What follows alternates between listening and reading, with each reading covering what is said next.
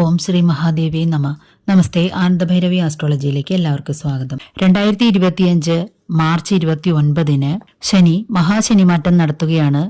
2.5 വർഷമായി നിന്നിരുന്ന കുംഭം രാശിയിൽ നിന്നും മീനം രാശിയിലേക്ക്. 2028 ഫെബ്രുവരി 23 വരെ ഈ ശനി അവിടെ തുടരുന്നതാണ്. ഇങ്ങനെയുള്ള ഈ കാലയളവിൽ മീനം രാശിയിൽ നിൽക്കുന്ന ശനി ധനുക്കൂറുകാർക്ക് കണ്ടകനായിക്കൊണ്ട് തീരുകയാണ്.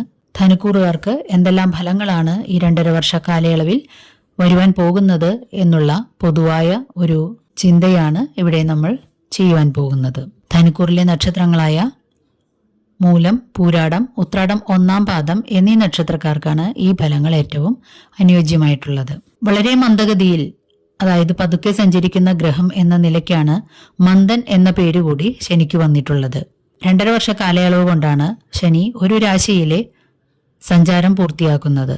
അതേസമയം ചെറുഗ്രഹങ്ങൾ 28 ദിവസം മുതൽ 45 ദിവസം വരെയുള്ള ഇടവേളകളിൽ രാശി മാറുകയും വ്യാഴം 1 വർഷവും രാഹുകേതുക്കൾ 1.5 വർഷം വീതവും ഏകദേശം ഒരു രാശിയിലൂടെ സഞ്ചരിക്കുന്നു. ചന്ദ്രനാകട്ടെ 2.25 ദിവസവും. അപ്പോൾ ഇങ്ങനെയുള്ള ഈ യാത്രാ കാലയളവിൽ ശനിയുടെ മാറ്റം വളരെയധികം പ്രാധാന്യം അർഹിക്കുന്നതാണ്. ധനുക്കൂറുകാർക്ക് കണ്ടകശനിക്കാലം ആരംഭിക്കുകയാണ് 2.5 വർഷത്തേക്ക്.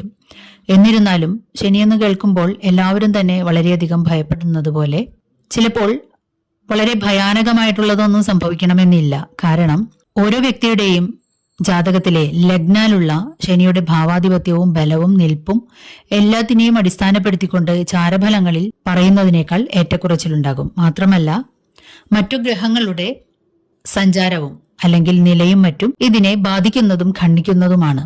ഇനി ജാതകത്തിൽ ലഗ്നാൽ ചിലർക്ക് ശനി യോഗകാരകനായിരിക്കും. ലഗ്നം എവിടെ എന്നുള്ളതിനനുസരിച്ച് ഇത് വ്യത്യാസപ്പെടും. അതുപോലെ പഞ്ചമഹാപുരുഷ യോഗങ്ങളിൽ ഒന്നായ ശശമഹായോഗം ശനിയെ കൊണ്ടാണ് സംഭവിക്കുന്നത്.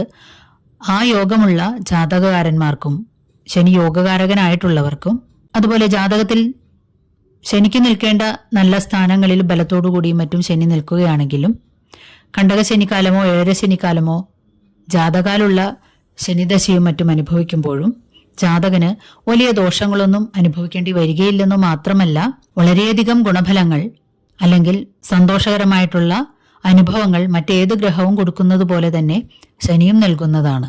മോശമായാൽ ശനി മഹാമോശം തന്നെയാണ്.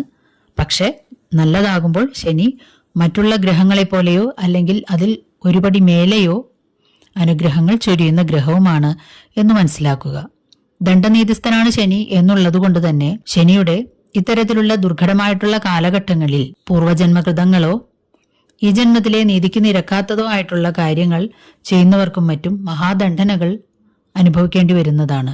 എന്നാൽ അതുമാത്രമല്ല, ചിലത് വിധിയുടെ കൽപ്പനകൾ ശനി അനുഭവിപ്പിക്കുന്നതുമാകാം. എന്നിരുന്നാലും മനോമാലിന്യങ്ങളെല്ലാം തന്നെ ഒരു മനുഷ്യന്റെ കഴുകിക്കളയുന്ന ഒരു കാലഘട്ടവും തിരിച്ചറിവുകളും യാഥാർത്ഥ്യങ്ങളും മനസ്സിലാക്കി തരുന്ന ഒരു കാലഘട്ടം കൂടിയാണ് ശനിയുടെ ഇത്തരത്തിലുള്ള ചില കോൺരാശികളിലെ സഞ്ചാര കാലഘട്ടം. ഈ ചാനൽ ഇതുവരെ സബ്സ്ക്രൈബ് ചെയ്തിട്ടില്ലാത്തവർ ഒന്ന് സബ്സ്ക്രൈബ് ചെയ്യുവാനും നിങ്ങൾക്ക് വേണ്ടപ്പെട്ടവർക്കെല്ലാം ഈ ചാനൽ ഒന്ന് ഷെയർ ചെയ്ത് കൊടുക്കുവാനും അഭ്യർത്ഥിക്കുന്നു. അരികിലുള്ള ബെൽ ബട്ടൺ അമർത്തി അതിൽ ഓൾ എന്ന് കൊടുത്താൽ ഇനി വരുന്ന എല്ലാ വീഡിയോകളും തത്സമയം തന്നെ നോട്ടിഫിക്കേഷനായിട്ട് ലഭിക്കുന്നതാണ്. വീഡിയോ ഇഷ്ടമായാൽ ഒരു ലൈക്ക് തരുവാൻ മടി കാണിക്കരുതേ. വീഡിയോയുടെ അവസാന ഭാഗത്ത് പറയുന്ന പ്രശ്നപരിഹാരങ്ങൾ കൂടി ഒന്ന് ശ്രദ്ധിക്കേണ്ടതാണ്.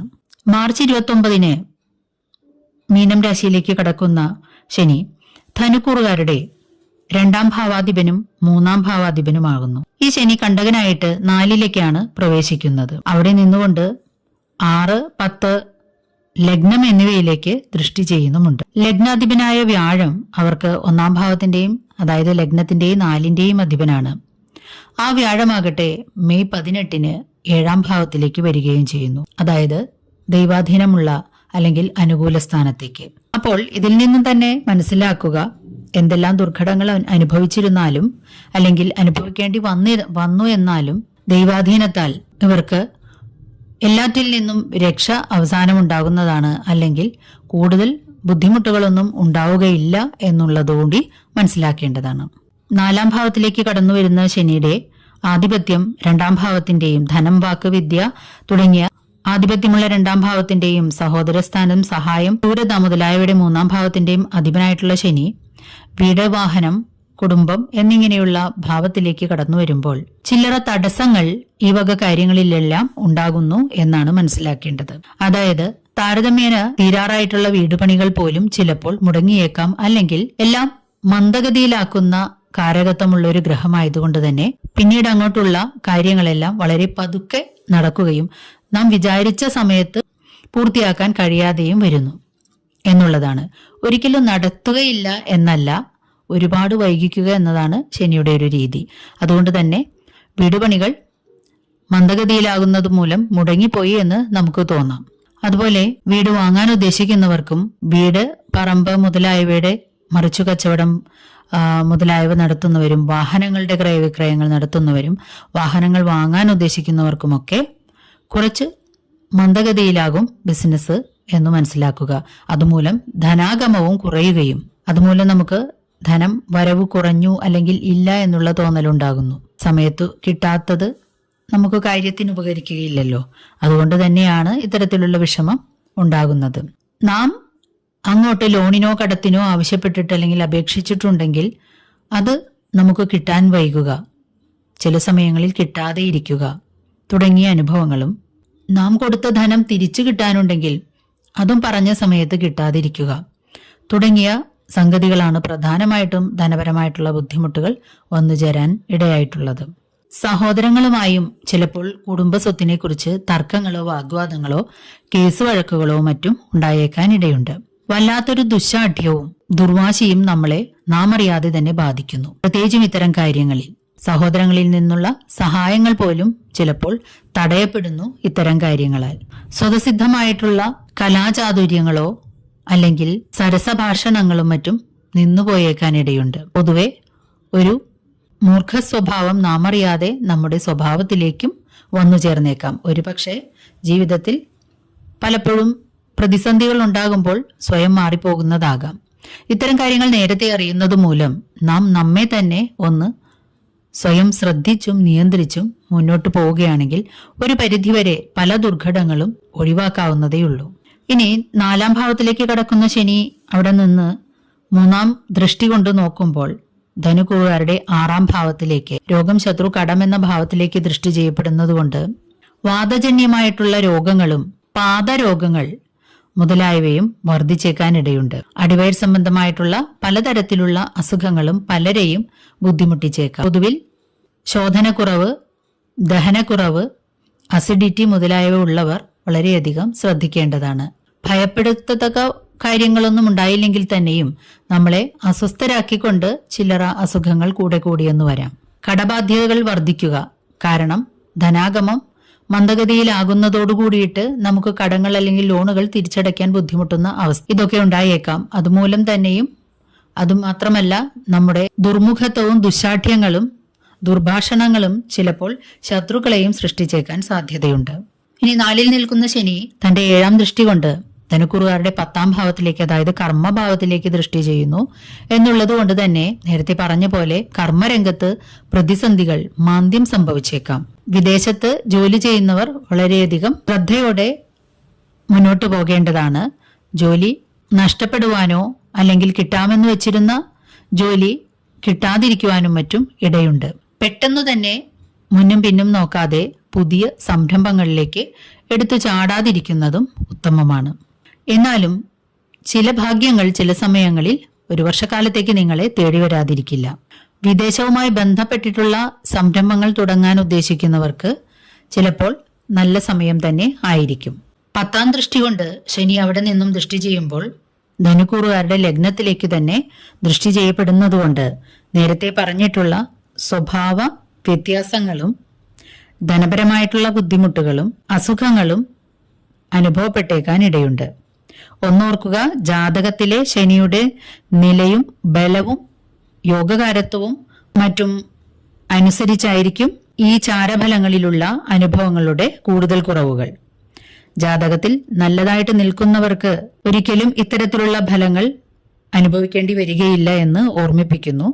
ജാതകത്തിൽ കൂടി ബലമില്ലാതെയും മോശസ്ഥാനങ്ങളിലും നിൽക്കുകയാണെങ്കിൽ മാത്രമേ ഈ അവസ്ഥകൾ പൂർണ്ണമായിട്ടും അനുഭവിക്കേണ്ടി വരികയുള്ളൂ. ഇത് പ്രത്യേകം ഓർമ്മിപ്പിച്ചുകൊള്ളുന്നു. മാത്രമല്ല, ഇത് ശനിയുടെ മാറ്റത്തിന്റെ മാത്രം ഫലമാണ്. വ്യാഴത്തിൻ്റെതോ മറ്റു ചെറുഗ്രഹങ്ങളുടെ ഈ 2.5 വർഷക്കാലത്തെ പരിക്രമണത്തിന്റെ ഫലങ്ങൾ ഇതിനകത്ത് കണക്കിലെടുത്തിട്ടില്ല എന്നുകൂടി മനസ്സിലാക്കുക. ഇതെല്ലാം പൊതുഫലങ്ങളാണ്, പൊതുവായി പലർക്കും അനുഭവപ്പെടാനിടയുള്ളത് എന്നുള്ളത് ശ്രദ്ധിക്കേണ്ടതാണ്. പൊതുവെ മടി, അലസത, എല്ലാത്തിലും ദൂഷ്യങ്ങൾ അല്ലെങ്കിൽ നെഗറ്റീവ് കാണുന്ന ഒരു സ്വഭാവം മുൻപേ ഉണ്ടായിരുന്നവർക്ക് അത് വർദ്ധിക്കുകയും അല്ലാത്തവർക്ക് അത്തരത്തിലുള്ള ഒരു സ്വഭാവം കൂടി വളർന്നു വരുവാനും ഇടയുണ്ട്. ഇത്തരം കാര്യങ്ങളെല്ലാം നിയന്ത്രിതമാക്കേണ്ടതാണ്. ഇതിന് നമ്മൾ തന്നെ ശ്രമിക്കേണ്ടതുമാണ്. പ്രശസ്തമായിട്ടുള്ള പല തീർത്ഥാടന കേന്ദ്രങ്ങളും സന്ദർശിക്കുവാനും ആത്മീയമായിട്ട് കുറച്ച് മുന്നോട്ട് പോകുവാനും അല്ലെങ്കിൽ ആത്മീയ വശത്തേക്ക് കുറച്ചൊന്ന് ചാരി നിൽക്കുവാനുള്ള പ്രവണത ഈ സമയത്ത് ഉടലെടുക്കുന്നതാണ്. അത് ഏറ്റവും അധികം ഗുണം ചെയ്യുന്നതുമാണ്. തീർത്ഥാടനങ്ങൾ വിനോദയാത്രകളാക്കാതിരിക്കുക. കടം വാങ്ങിയും പലിശക്കെടുത്തും മറ്റും മറ്റുള്ളവരുടെ ചിലവിലും തീർത്ഥാടനങ്ങളും ശാസ്ത്രകർമ്മങ്ങളും പൂജാദികളും ചെയ്യാതിരിക്കുക എന്നുള്ളതും, നാം സ്വന്തം വിയർപ്പിന്റെ ഫലം കൊണ്ട് മാത്രം ഇത്തരം കാര്യങ്ങൾ ചെയ്താലേ നമുക്ക് പൂർണ്ണ ഫലം ലഭിക്കുകയുള്ളൂ എന്നും ശാസ്ത്രമാണ്. വ്യാഴം മെയ് 18 ശേഷം 7ാം ഭാവത്തിലേക്ക് കടക്കുന്നതോടുകൂടി 1 വർഷക്കാലത്തേക്ക് നിങ്ങൾക്ക് വളരെയധികം ദൈവാനുകൂല്യം ലഭിക്കുന്നതുകൊണ്ട് തന്നെ ഒരുപാട് വ്യത്യാസങ്ങൾ ജീവിതത്തിൽ ശനി വരുത്തി വച്ചതിൽ നിന്നും വ്യത്യാസപ്പെടുന്നതുമാണ്. അല്ലെങ്കിൽ ബുദ്ധിമുട്ടുകൾ കുറയുന്നതാണ്. 1 വർഷത്തിനു ശേഷം വ്യാഴം അഷ്ടമത്തിലേക്ക് പ്രവേശിക്കുമ്പോൾ നിങ്ങൾക്ക് ചിലപ്പോൾ കുറച്ച് ദുർഘടങ്ങൾ ഉണ്ടായെന്ന് വരാം. ദോഷങ്ങളുടെ പരിഹാരാർത്ഥമായിട്ട് നമുക്ക് അധികം പണച്ചിലവില്ലാതെ ഒരുപാട് കാര്യങ്ങൾ ചെയ്യുവാനാകും. എന്നാൽ ഹൃദയത്തിൽ നിറഞ്ഞ ഭക്തിയും ആത്മാർത്ഥതയോടും വിശ്വാസത്തോടും കൂടി ചെയ്തെങ്കിൽ മാത്രമേ ഏതൊരു കാര്യത്തിനും ഫലപ്രാപ്തി ഉണ്ടാവുകയുള്ളൂ എന്ന് ഓർമ്മിപ്പിക്കുന്നു. എല്ലാവരും ചെയ്യുന്നതുകൊണ്ട് ഞാനും ചെയ്യുന്നു, എല്ലാവരും പോകുന്നതുകൊണ്ട് ഞാനും പോകുന്നു, ജ്യോത്സ്യൻ പറഞ്ഞതുകൊണ്ട് ഞാൻ ചെയ്യുന്നു എന്നുള്ള വിചാരേണ ചെയ്യുന്നതിന് പൂർണ്ണ ഫലം ലഭിക്കുമോ എന്ന് സംശയമാണ്. ശനിയാഴ്ച വ്രതങ്ങളും ശനിയാഴ്ച ദിവസങ്ങളിലും മറ്റു ദിവസങ്ങളിലും ശനിഹോരയിലെ ക്ഷേത്ര ദർശനങ്ങൾ, ദാനധർമ്മങ്ങളും വളരെയധികം ഗുണം ചെയ്യുന്നതാണ്.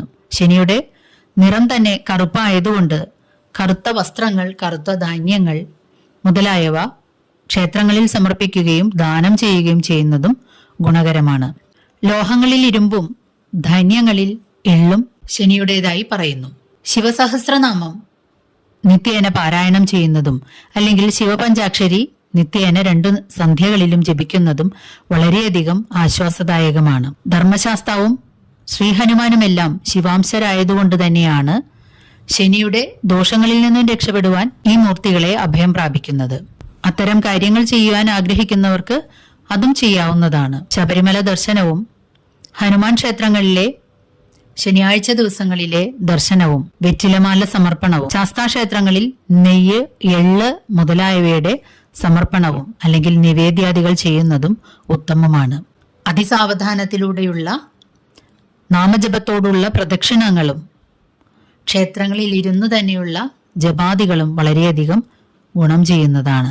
ശ്രീരുദ്രമന്ത്രം കൊണ്ടുള്ള ഞായറാഴ്ച ദിവസങ്ങളിലെ അഭിഷേകം ശിവങ്കൽ ചെയ്യുന്നതും മാസത്തിലൊരിക്കലെങ്കിലും മൃത്യുഞ്ജയ ഹോമം നടത്തുന്നതും നമുക്ക് ആശ്വാസദായകമാണ്. സന്ധ്യാനേരങ്ങളിലുമുള്ള ഭസ്മധാരണവും രുദ്രാക്ഷധാരണം മുതലായവയും വളരെയധികം സുരക്ഷിതത്വം നൽകുന്നതും ഗുണഫലങ്ങൾ ഉള്ളവയുമാണ്. ഇത്രയെല്ലാം കാര്യങ്ങൾ ചെയ്തുകൊണ്ട് തന്നെ നമുക്ക് ഈശ്വര വിചാരത്തോടു കൂടിയിട്ട് മുൻപോട്ട് പോവുകയാണെങ്കിൽ തീർച്ചയായിട്ടും ശനിയുടെ ദുർഘടസന്ധികളെ മറികടക്കാനാവും. മാത്രമല്ല, വൃദ്ധരെയും അഗതികളെയും ആലംബഹീനരെയും അംഗവൈകല്യം വന്നവരെയും കരുണയോടും ദയയോടും കൂടി ശുശ്രൂഷിക്കുന്നതും അവർക്ക് അന്നദാനം, വസ്ത്രദാനം മുതലായവ കൊടുക്കുന്നതും പരിപാലിക്കുന്നതും ശനിക്ക് ഏറ്റവും ഇഷ്ടപ്പെട്ട കാര്യമാണ്. ശനി മുടന്തനാണ് എന്നാണ് പറയുന്നത്, അതുപോലെ അതിവൃദ്ധനും. അതുകൊണ്ട് തന്നെ ഇത്തരത്തിലുള്ളവരെ പരിചരിക്കുന്നത് മൂലം ശനിയുടെ ശിക്ഷാവിധികളിൽ നിന്നും നമുക്ക് ഒരുപാട് ആനുകൂല്യങ്ങൾ ലഭിക്കുന്നതുമാണ് എന്നാണ് ശാസ്ത്രം. വീഡിയോ ഇഷ്ടമായാൽ ഒരു ലൈക്ക് തരുവാൻ മടി കാണിക്കരുതേ. നന്ദി, നമസ്കാരം.